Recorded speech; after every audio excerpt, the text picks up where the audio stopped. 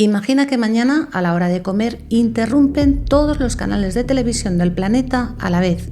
La misma imagen en cada pantalla, en cada teléfono, en cada cartel luminoso de cada ciudad. Y una mujer, una presentadora del tiempo cualquiera, de un canal pequeño que casi nadie veía, mira a cámara y te dice que no estamos solos, que nunca los tuvimos y que ellos llevan décadas sabiéndolo. Ahora imagina que después de esa bomba, después de la prueba más grande de la historia de la humanidad, lo último que escuchas antes de que se corte la emisión no es una explicación, ni una advertencia, ni siquiera una amenaza. Es una sola palabra: escuchad. Esa palabra y todo lo que esconde detrás es el corazón del Día de la Revelación, la vuelta de Steven Spielberg a la ciencia ficción después de muchos años. Una película que en la superficie, pues sí, va de extraterrestres y de un gobierno que oculta la verdad, pero que por debajo hay que decir que está cosida con hilo religioso, con símbolos antiguos y con cada gran teoría de la conspiración que hayas podido escuchar sobre los ovnis. Bien, pues hoy vamos a tirar de todos esos hilos uno por uno y vamos a hablar del título y de por qué la palabra revelación no es inocente.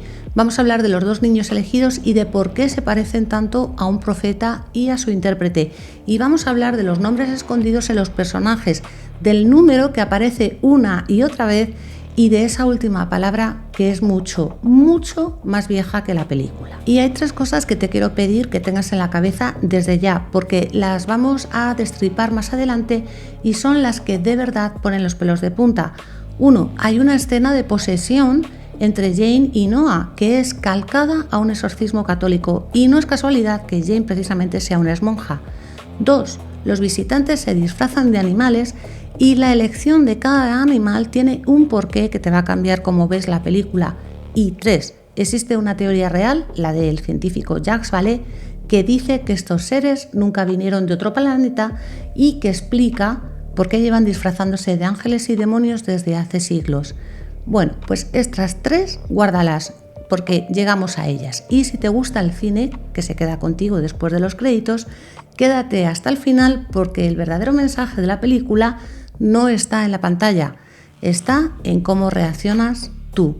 Soy Luz Oliva, esto es Antrópica y lo que vamos a ver hoy es el Día de la Revelación explicada, pero de verdad. Vamos a ponernos en situación rápido para todos los que aún no la habéis visto. Y aviso ahora, a partir de aquí hay spoilers de principio a fin. Si no quieres saber el final, este es el momento de guardar el vídeo y volver luego. El Día de la Revelación nos cuenta dos historias que al principio no parecen que tengan nada que ver. Por un lado está Daniel, que es un joven experto en ciberseguridad, en seguridad informática, que de repente tiene encima al gobierno entero. Lo persiguen ni más ni menos porque supuestamente tiene en su poder unos secretos que no debería tener. Daniel huye, no entiende del todo por qué le pasa esto y nosotros la verdad es que tampoco. Solo sabemos que hay algo en él que el poder quiere controlar. Por otro lado está Maggie, que es la chica del tiempo de un canal modesto de Kansas City. Una vida muy normal, predecible, la que cualquiera esperaría, hasta que un día en directo, delante de las cámaras, empieza a hablar, pero no en su idioma, empieza a pronunciar unos sonidos guturales en una lengua que ella realmente no conoce y que nadie reconoce y luego después se desploma en pleno informativo. Bueno, pues esto es curioso, una mujer que de pronto habla en lenguas que no ha aprendido. Quiero que recuerdes esa imagen porque vamos a volver a ella. Tiene siglos de historia detrás. Bien, a medida que avanza la película, esos dos caminos, el de Daniel y el de Maggie, se van a cruzar y descubrimos que resulta que no son dos desconocidos, que están unidos desde la infancia por algo que les pasó cuando eran niños y que su mente decidió enterrar. Algo que tiene que ver con una luz en la habitación, con figuras que no eran humanas y con una verdad que una organización secreta llamada Wardex lleva generaciones tapando a cualquier precio.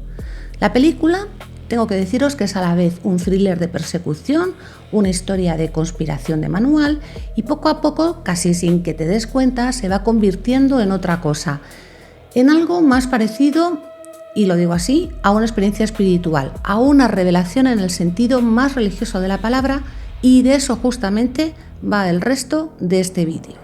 Bueno, empecemos por lo primero que ves. el título, el día de la revelación, en inglés Disclosure Day, y aquí ya hay una doble capa que la traducción al español hace incluso, yo creo que más evidente.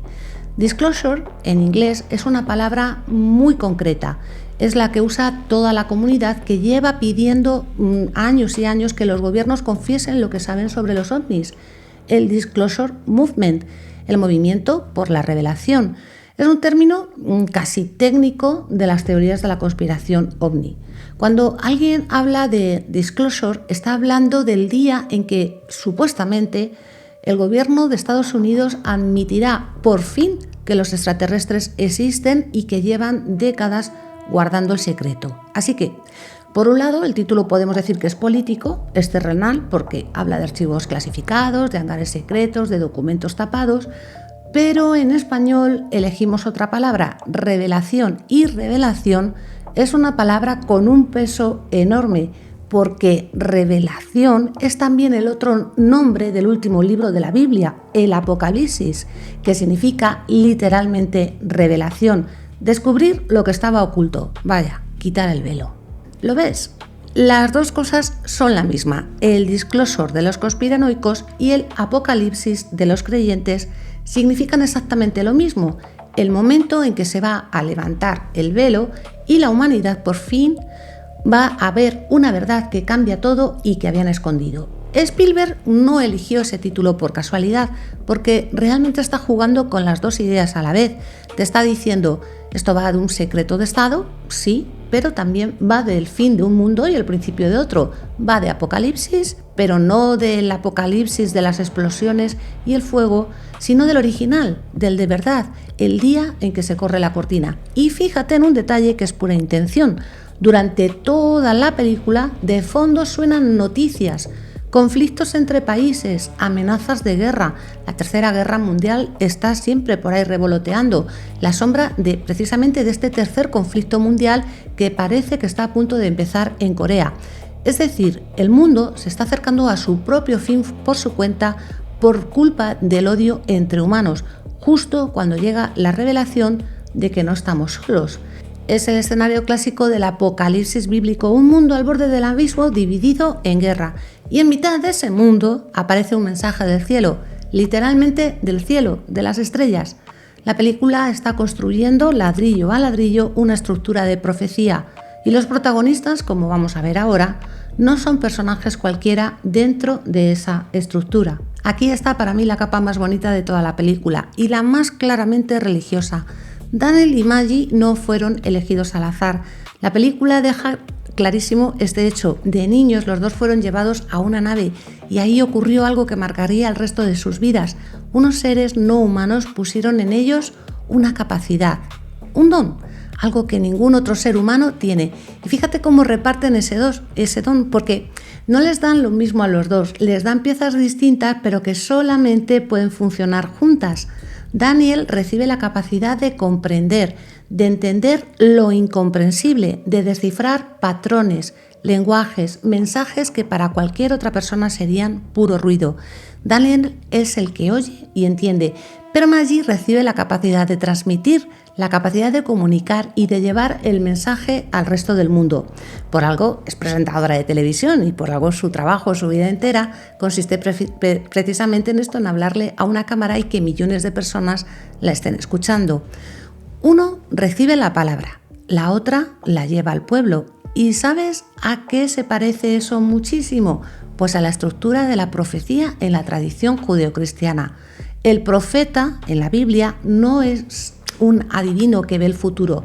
El profeta es literalmente el que habla por otro, el que recibe un mensaje de lo alto y tiene la misión de transmitirlo a su gente, le guste o no le guste a su gente escucharlo. Y muchas veces en esas historias hay siempre una pareja. Hay quien recibe la palabra y quien la pone en palabras que la gente pueda entender. El caso más famoso es el de Moisés y Aarón. Recuerda que Moisés recibe el mensaje de Dios, pero Moisés dice que no sabe hablar, que se traba y que no es bueno con las palabras. Y Dios le da a su hermano Aarón como su voz, como su portavoz. Moisés recibe y Aarón transmite. Pues esto es básicamente lo que aparece en la película a través de Daniel y Maggie, porque son exactamente eso, Daniel es el que entiende el lenguaje imposible de los visitantes y Maggie es la voz que lo lleva al mundo entero a través de la pantalla. No son una pareja romántica al uso, son una pareja profética. Y aquí vuelvo a la imagen que te pedí que guardaras antes. Maggie hablando en lenguas en directo sin saber lo que dice. Y eso tiene un nombre en la religión, se llama glosolalia, hablar en lenguas. Y es uno de los signos más antiguos de que alguien ha sido tocado por lo divino. En el cristianismo ocurre en Pentecostés, cuando los apóstoles, llenos del Espíritu, de repente empiezan a hablar idiomas pues que no habían aprendido y gente de todas las naciones los entiende. Es el momento en que el mensaje se vuelve universal, en que deja de ser un pueblo y pasa a ser de toda la humanidad. Maggie, hablando una lengua desconocida delante de las cámaras, es una imagen de Pentecostés, pero muy moderna, claro. Es el primer signo público de que algo más grande que ella la está usando como canal. La televisión, ese púlpito moderno, es su Pentecostés. Mucha gente que ha visto la película lo ha dicho con esas palabras, que Daniel y Maggie son una alegoría religiosa moderna. Una figura recibe el mensaje y la otra lo hace comprensible para la humanidad. Cambia el templo por un plato de televisión y cambia al ángel por un extraterrestre y así tienes la misma historia que se lleva contando durante miles de años. Porque, y esto es clave, en el cine de Spielberg los extraterrestres casi nunca son monstruos, son como ángeles, mensajeros. Y de eso vamos a hablar más adelante porque viene de muy lejos en su carrera. Una de las escenas que a mí me ha resultado más impactante por toda la carga simbólica que tiene es un momento en el que el jefe de la agencia no gubernamental de Wardex resulta que coge uno de los dispositivos alienígenas, que luego hablaremos de ellos, y es capaz de poseer, ¿verdad? Como si fuera un ente maligno, además, es capaz de poseer a Jane, la novia de Daniel. Entonces vemos como esto lo vemos claramente porque logra conectarse con ella, ¿no? A través de este dispositivo, pero lo vemos también en el cambio de pupilas, porque mientras que Jane tiene los ojos azules y el jefe los tiene marrones, pues durante el fenómeno de posesión se intercambian los colores, es decir, Jane pasa a tener los ojos marrones y el jefe de la organización los pasa a tener de color azul. Y me gustó mucho la escena de cuando Jane empieza a no reconocer sus movimientos, empieza a levantar la mano, el brazo y mira aterrorizada porque ve que no es ella la que está dando los impulsos a la mano para que se muevan. Bueno, al final lo que quiere este director de la agencia no gubernamental, lo que quiere es matar a Daniel como sea, y para ello le va a decir que coja un cuchillo y que con eso le vaya a matar. Pero la escena es muy potente porque en un momento dado, en plano, vemos a Jane con el crucifijo que se lo quita, ¿no? Se lo arranca, pero cuando está entrando en la posesión, ella se lo arranca, pero lo sostiene apretado en su mano. Y se ve la lucha que tiene ella porque, digamos que lo que se ha convertido en una entidad maligna, ¿no? Pues esta entidad maligna, que es el jefe de la organización, pues no logré poseerla y entonces ella es capaz de con el puño empieza a apretar y hasta que se hace sangre y bueno, se hace una buena herida, la verdad. Y cae el crucifijo al cielo, al suelo. Entonces hay una contraposición entre los dos dispositivos, el dispositivo alienígena, que con su poder, y vamos a decir, el dispositivo religioso, que sería la cruz católica. Bueno, finalmente la forma en la que ella logra salir de esa posesión es cuando supuestamente tenía que agredir con el cuchillo a su novio, pues lo que hace es clavárselo en la herida que le había dejado el crucifijo y así es como vuelve, ¿no? Es muy interesante este símbolo. Vale, ahora vamos a ponernos en modo detective, porque cuando un guionista de la talla del que firma esta película con Spielberg detrás pone nombres a sus personajes, esos nombres casi nunca son inocentes. Y aquí hay varios que merecen, yo creo, que nos paremos un poquito y analizar el significado. Vamos a empezar por el villano, vamos a decirlo, ¿no? El hombre que lidera a los agentes de Wardex, la organización que quiere impedir a toda costa que la verdad salga a la luz. Se llama Noé. Bueno, Noé, efectivamente, el del arca, el diluvio. Pues vamos a pensarlo, en la Biblia Noé es el hombre al que Dios avisa de que viene el fin del mundo, el que recibe la advertencia, construye un arca y salva a puñados de elegidos del desastre. Noé literalmente es el guardián de la humanidad ante el apocalipsis, el que decide quién se salva y quién no. Y en la película, ¿qué es Noah? Pues es eso exactamente, pero vamos a decir que pervertido, porque Noah cree que está protegiendo a la humanidad y está convencido de que la gente no está preparada para la verdad, de que si se revela, que no estamos solos, todo se vendría abajo, así que él decide por todos nosotros que es mejor no saber nada. Se cree el arca, se cree el que nos salva del diluvio de la verdad. Pero la película le da la vuelta a esa idea porque en el día de la revelación esconder la verdad no es salvar a nadie, es infantilizar a la humanidad, es tratarla como a un niño al que hay que mentir por su bien. Noah realmente no es el salvador, es el carcelero, y ese es el primer gran giro moral de la película, que el hombre con nombre de salvador bíblico es en realidad el que nos está manteniendo en la oscuridad. Sigamos. El extraterrestre, la criatura viva que el gobierno tenía escondida durante años. La prueba definitiva recibe un nombre que parece de laboratorio, In Vivo 17. In Vivo es latín y es un término científico que significa en lo vivo, dentro de lo vivo.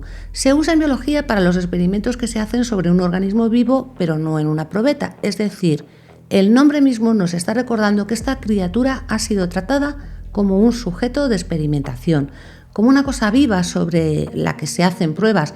Y hay algo muy triste y muy elocuente ahí. El ser más avanzado del universo está reducido a una etiqueta de laboratorio con un número, y el número es 17. Bueno, el 17 da para todo un vídeo aparte, porque es un número que aparece en un montón de tradiciones simbólicas. Pero mira, por ejemplo, en la baraja del tarot, la carta número 17 es la estrella, la carta de la esperanza, de la guía, de la luz que aparece después de la oscuridad de las cartas anteriores. Y resulta que nuestra criatura venida de las estrellas lleva precisamente el número 17. Mira, puede ser una casualidad, pero yo creo que en una película tan cuidada donde nada parece puesto al azar, a uno le puede costar creer que el ser de las estrellas lleve por número justo el de la carta de la estrella. Y hay un tercer nombre, el aliado, el hombre que ha protegido en secreto a la criatura y que reconstruye la casa de la infancia de Maggie para ayudarle a recordar. Se llama Hugo, un nombre que significa en sus raíces antiguas mente, espíritu e inteligencia, el que entiende, el que tiene la visión que a los demás les falta. Frente a Noah, que precisamente representa todo lo contrario, el miedo y el control, pues aquí Hugo representa el conocimiento y la confianza. Son los dos polos morales de la película y sus nombres nos lo dicen todo. Tenemos entonces un tablero lleno de símbolos. Tenemos un villano con nombre de patriarca del diluvio, una criatura con número de estrella y un aliado con nombre de espíritu y dos protagonistas que funcionan como profeta e intérprete. Esto no es una película de marcianos, es una parábola disfrazada de ciencia ficción. Bueno, y ya que hablamos de números con doble fondo, fíjate en otro. La tecnología alienígena no llega en un solo aparato, sino en tres dispositivos que por separado parecen piezas sueltas, casi inútiles, pero que solo cobran sentido cuando, digamos que se juntan y funcionan como uno. 3 que son en realidad uno. ¿Te suena? Pues exactamente esa es la estructura exacta de la Santísima Trinidad cristiana. 3 personas distintas, una sola esencia, y cada pieza cumple un papel que parece sacado del propio dogma. Una, fíjate, revela lo que estaba oculto, saca a la luz la verdad enterrada. Otra oculta y protege hasta el punto de hacer invisible un hangar entero. Y la tercera conecta y hace como de puente, traduce lo que ningún humano podría entender: revelar, velar y unir. Así, de esta manera, la película convierte un trío de artilugios de ciencia ficción en una pequeña teología de bolsillo, el misterio de que algo pueda ser a la vez 3 y 1. Hay un elemento de la película que la primera vez que aparece parece un capricho raro del guión, pero que yo creo que cuando lo piensas es de lo más profundo que nos muestra. Hugo, para que Maggie recupere sus recuerdos enterrados, no la lleva a un médico, ni a un hipnotizador, ni a una máquina. Construye dentro de un hangar secreto una réplica exacta de la casa de su infancia, habitación por habitación y hasta el último detalle. ¿Por qué haría esto Hugo? Bueno, pues porque para recordar quién es de verdad, Maggie tiene que volver al origen, tiene que regresar al lugar donde todo empezó y donde fue tocada por primera vez por lo desconocido. Y solo volviendo a ese espacio físicamente, su mente se abre y la verdad sube a la superficie. Esto es un símbolo viejísimo, es el regreso al jardín, la vuelta al origen perdido. En casi todas las tradiciones espirituales, para encontrar la verdad sobre ti mismo, tienes que volver atrás al principio, al momento anterior a que el mundo te enseñase a olvidar. Margaret tiene que volver a su casa de la infancia. Igual que en tantos mitos, el héroe tiene también que volver a la tierra de la que salió para recuperar lo que perdió. Y hay algo muy de Spielberg en esto.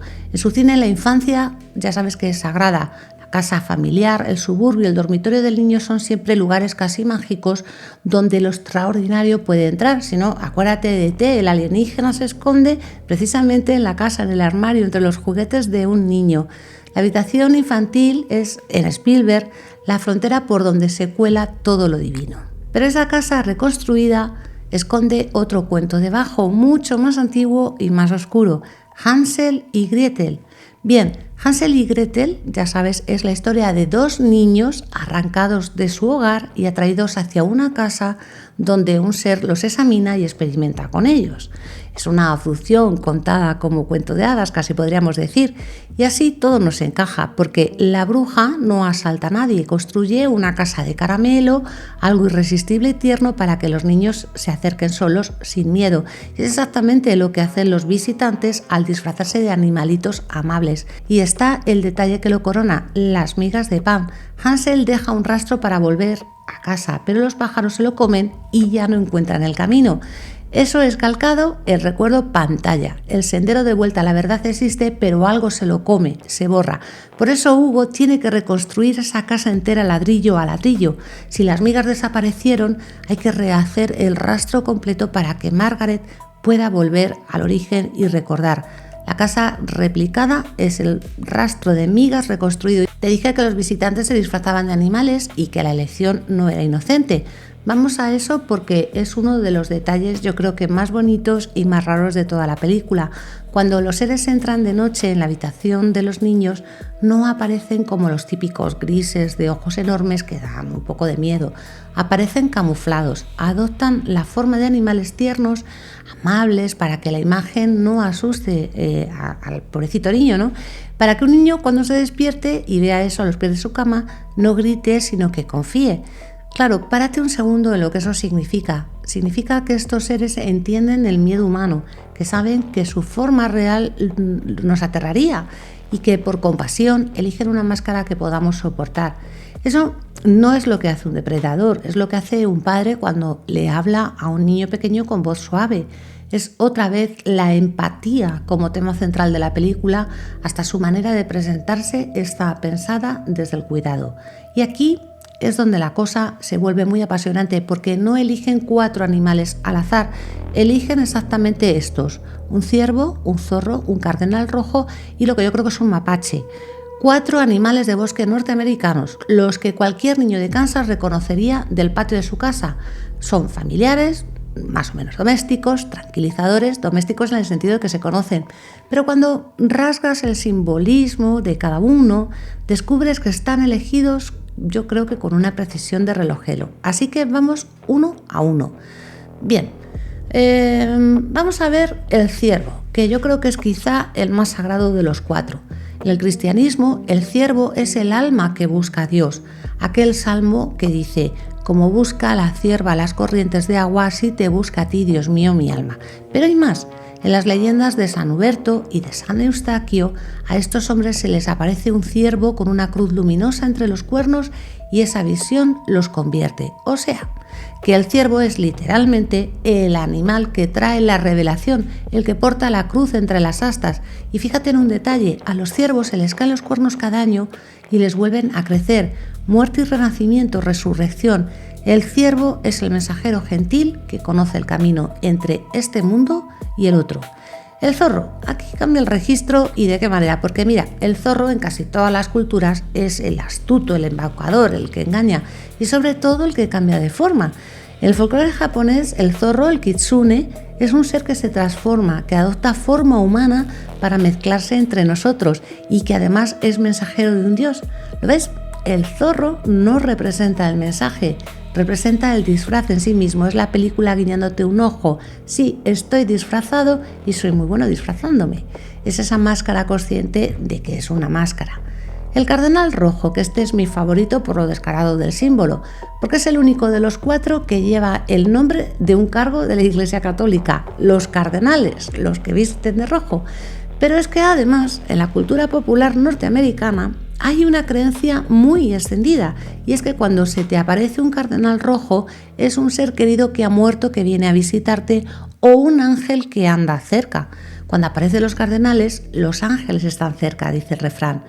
Un pájaro mensajero entre el cielo y la tierra, vestido del rojo de la sangre, del fuego del espíritu, del sacrificio, y la única mancha de color brillante entre 4 animales que, si te fijas, son criaturas de penumbra. Bien, el mapache, que yo creo que es un mapache y así lo voy a analizar, cierra con el más astuto de todos, porque el mapache lleva la máscara puesta en la cara, literalmente ese antifaz oscuro alrededor de los ojos, que es uno de los símbolos más evidentes de identidad oculta que existe en la naturaleza. El que esconde quién es. Y en las tradiciones de los pueblos originarios de Norteamérica, el mapache es otro embaucador, un transformador, el de las manos hábiles que lo toca todo y aparece de noche, igual que las abducciones, de noche, en la oscuridad, con la cara tapada. Si ahora cogemos y los juntamos todos, porque aquí es donde está la genialidad, los 4 se reparten exactos en 2 parejas. El ciervo y el cardenal son los mensajeros, los que traen la revelación del más allá, el ángel y el alma, la cruz entre las astas y el pájaro que anuncia que el cielo está cerca. El zorro y el mapache son los enmascarados, los embaucadores que cambian de forma, los que llevan el disfraz puesto, la astucia y el antifaz. Es decir, la película te está diciendo 2 cosas a la vez en código animalístico. Somos mensajeros del cielo y al mismo tiempo estamos disfrazados. No nos veis tal como somos. Las 2 verdades juntas en 4 animalitos a los pies de la cama de un niño. Y voy a darte el dato que une todo esto con el mundo real de los ovnis, porque se te va a poner la piel de gallina. En la investigación seria sobre abducciones existe un concepto que se llama el recuerdo pantalla, en inglés Screen Memory. La idea es esta: muchísimas personas que dicen haber sido abducidas no recuerdan a un extraterrestre, recuerdan a un animal mirándolas fijamente, un búho enorme en la ventana, un ciervo a los pies de la cama, un mapache, bueno, no sé. Los investigadores, como Jacques Vallée entre ellos, del que hablamos enseguida, sostienen que la mente, para protegerse del trauma, sustituye al ser imposible por un animal familiar y soportable. El caso más famoso es el del escritor Whitley Strieber, que durante años recordó un búho enorme antes de recordar lo que de verdad había visto. ¿Entiendes lo que ha hecho Spielberg? Pues ha cogido el recuerdo pantalla, un concepto que viene directamente del folclore de las abducciones reales, y lo ha puesto en pantalla de forma literal. Los animales de la película no son una metáfora bonita inventada para este guión, sino que son exactamente lo que miles de supuestos abducidos llevan décadas describiendo. El animal que ves cuando tu cerebro no soporta ver al visitante. Y fíjate cómo conecta con el final. El que aparece bajo la sábana blanca ya no es un ciervo, ni un zorro, ni un mapache. Es un ser enorme, anciano, sin máscara. ¿Por qué? Porque la humanidad ya está lista para verlo sin pantalla, sin disfraz y sin recuerdo que tape la verdad. El antifaz era simplemente para los niños. La cara desnuda es para una especie que por fin se atreve a mirar de frente. Quitarle la sábana es quitar el velo, otra vez la revelación, el apocalipsis en un solo gesto. Guárdate esto porque la idea de seres que se disfrazan, según la época y la cultura, que para un niño puede ser un mapache, para un campesino medieval un ángel y para nosotros un gris, es justo el corazón de la teoría de la que toca hablar ahora. Ahora vamos a la capa que más jugo da para un canal como este, la de las conspiraciones, porque el día de la revelación no se inventa su mitología ovni desde cero, la saca casi entera del folclore conspiranoico real que lleva décadas circulando, y reconocer esas piezas hace que la película se disfrute el doble. Así que vamos a ir por partes. Primero, la organización secreta que oculta la verdad. En la película se llama Guardes, pero la idea no es nueva, porque realmente lleva décadas en el imaginario popular con otros nombres. El más famoso es Majestic 12 o MJ-12, un supuesto comité secreto de 12 científicos y militares de altísimo nivel que, según la leyenda, el presidente Truman había creado en 1947 para gestionar con el más secreto más absoluto la recuperación de naves estrelladas y contactos con extraterrestres. Realmente nunca se ha demostrado que existiera porque, los documentos que lo probaban se consideran falsificaciones, pero eso da lo mismo porque la idea ha calado tan hondo que es ya un personaje de la cultura popular. Guardes es el Majestic 12 de la película. Segundo, la nave estrellada y la criatura recuperada, porque esto es Roswell, el incidente fundacional de toda mitología ovni moderna. La historia de que algo cayó del cielo en Nuevo México, de que el ejército recogió los restos, de que había cuerpos, que salen en la película, y de que luego lo taparon todo diciendo que era un globo meteorológico. El día de la revelación recoge esa semilla, esa idea de tienen un cuerpo guardado en un hangar y la ponen literalmente en pantalla con In Vivo 17. Bien, vamos a seguir. Tercero, las abducciones. Niños sacados de su cama por la noche, llevados a una nave, puestos en camilla, examinados, pues eso es el relato clásico de abducción palabra por palabra, tal como lo cuentan miles de supuestos testigos desde los años 60. Y Spielberg le añade un detalle, precioso además, y muy suyo. En la película los visitantes ya hemos dicho que se camuflan como animales tiernos para no asustar. Es decir, eligen esa forma amable porque, pues estos no vienen a aterrorizarnos, vienen con cuidado y eso ya nos dice de qué lado está la película. Y cuarto, el gran tema de fondo, el disclosure, la idea de que la verdad existe pero está archivada, guardada en cajas fuertes y que algún día saldrá. Esto, ojo, ha dejado de ser solo cosa de foros de internet, En los últimos años ha habido audiencias en el Congreso de Estados Unidos sobre fenómenos aéreos no identificados, los famosos UAP, militares oficiales testificando bajo juramento, el propio Pentágono publicando vídeos. El tema ha pasado de la conspiración marginal a la conversación seria y esto es muy importante. Y Spielberg, que de timing, vamos a decir que sabe un rato, estrena esta película justo en este momento cultural, cuando la gente de verdad se está preguntando ahora mismo qué saben los gobiernos y por qué no lo están contando. Pero aquí viene lo interesante, lo que hace de verdad la película, porque la mayoría de las historias de conspiración ovni yo creo que invitan un poco como a tener pánico o miedo al gobierno, miedo a los grises, miedo a la mentira, y el día de la revelación recoge todo ese miedo y en el último acto lo da una vuelta como un calcetín, porque la película te dice: el problema nunca fueron los extraterrestres, los visitantes no vienen a invadir, ni a conquistar, ni a comerse el planeta, vienen durante años observando con paciencia, interesados sobre todo en una cosa nuestra capacidad de sentir empatía, de ponernos en el lugar del otro. Para ellos esa es la característica más avanzada de nuestra especie, lo más valioso que tenemos. Entonces, ¿quién es el villano? Pues no es el de fuera, es el de dentro, el miedo humano, la necesidad de controlar la información, la idea de que la verdad es demasiado peligrosa para la gente normal, de que hay que protegernos manteniéndonos en la ignorancia. Werdex, Noah, todo el aparato del secreto nos representa a unos malos de cómic, representa una actitud muy real y muy actual, la de quien decide por ti lo que puedes y no puedes saber, la de quien te trata como un niño al que hay que mentir por su bien. Y frente a eso, la película pone a 3 personas que apuestan por lo contrario, por confiar en que la gente Es decir, tú y yo somos lo bastante adultos para mirar la verdad de frente, aunque nos dé vértigo. Y esa es la verdadera conspiración que denuncia la película, no la de los platillos volantes, porque lo que realmente denuncia es la infantilización, la de un mundo donde todo se simplifica, se filtra y se esconde para que tú no te asustes.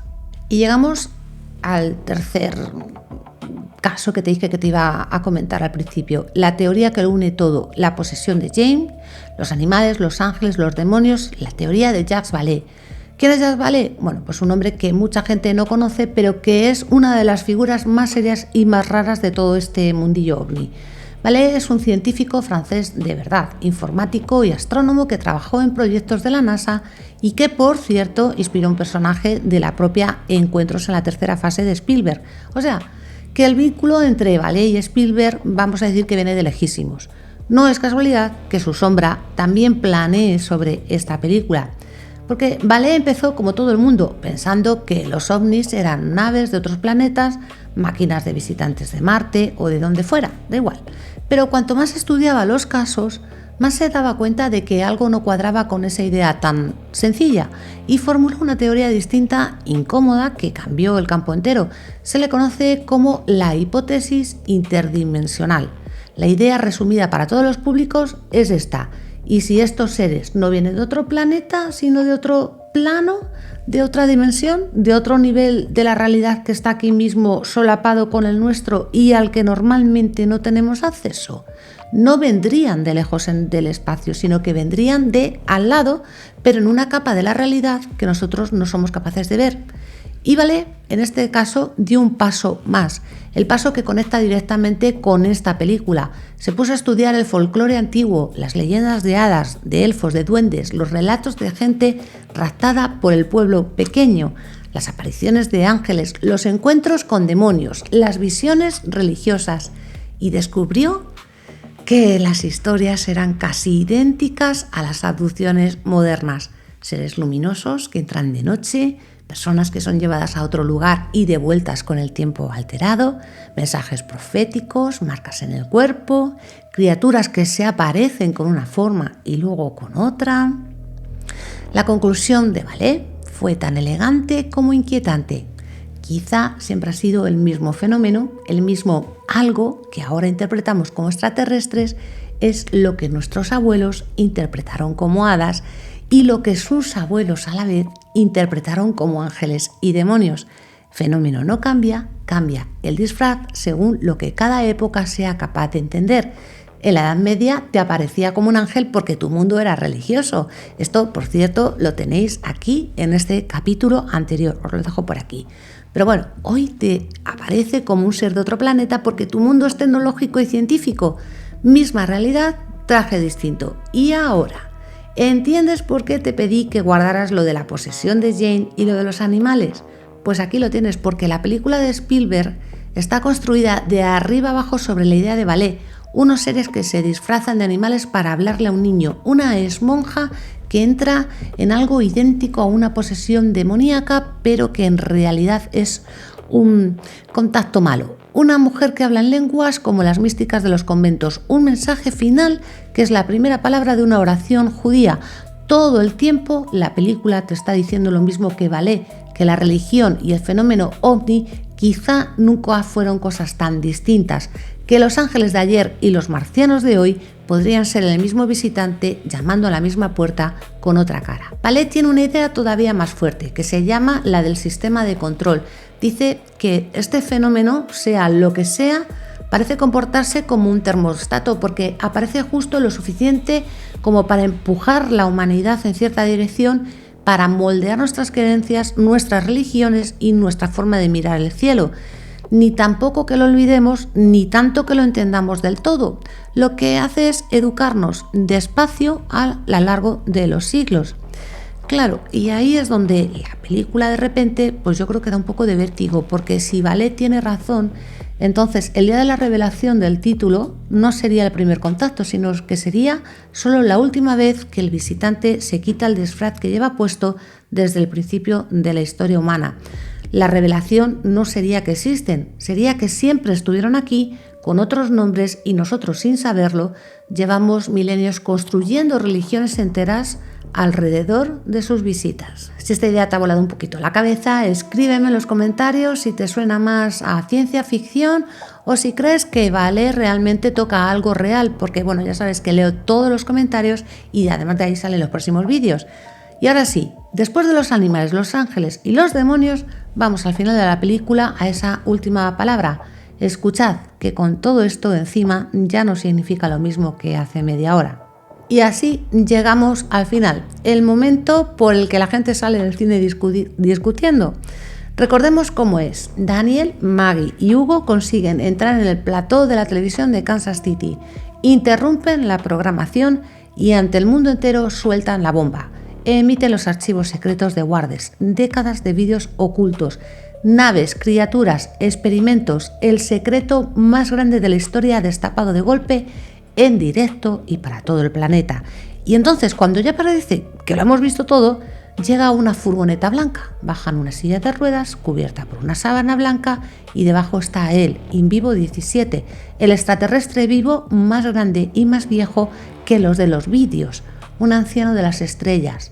Se levanta, se acerca a Daniel y le susurra algo al oído en su idioma, en ese lenguaje extraño de sonidos electrónicos que solamente Daniel, el intérprete que recibe, es capaz de entender. Nosotros, el público, no oímos nada, si acaso un pero nada más. Daniel sonríe, se gira hacia Maggie, le transmite el mensaje y ella, la portavoz, vuelve a la mesa del informativo, mira hacia la cámara y le dice al mundo entero una sola palabra: escuchad. Y la película termina. Créditos, ¿vale? O sea, fundido a cero, créditos, no hay explicación, no hay una escena tampoco postcréditos, todo es negro y a casa. Mucha gente, que además lo observé yo, sale frustrada. ¿Cómo que no nos dicen el mensaje? Todo esto para esto al final. Y, a ver, yo entiendo el cabreo, pero no sé, creo que ahí está justamente la genialidad. Y aquí es donde el simbolismo religioso cierra el círculo de toda la película, porque esa palabra, escuchad, no es una palabra cualquiera, es posiblemente la palabra más importante de toda una religión, porque en el judaísmo la oración más sagrada, la que un judío reza al levantarse y al acostarse, la que se enseña a decir incluso en el momento de la muerte, empieza con una sola palabra, Shema, y Shema significa exactamente escucha. Escucha Israel, es el comienzo de la oración central de la fe judía, la declaración de que Dios es uno. Que la película entera, con todo su aparato de naves, gobiernos y conspiraciones, termine reproduciéndolo todo a esa palabra, escuchad, no puede ser casualidad. Spielberg, que es judío, ya lo sabes, y que ha vuelto una y otra vez a su herencia en su cine, está poniendo en boca de una presentadora de televisión el principio de la oración más antigua de su pueblo, Shema. Está convirtiendo una emisión de telediario en un acto religioso. Y fíjate en lo que no hace la película. No te dice que hay que escuchar, no te da el contenido del mensaje. Y eso también es profundamente religioso, porque en casi todas las grandes tradiciones lo divino no se deja capturar en una frase.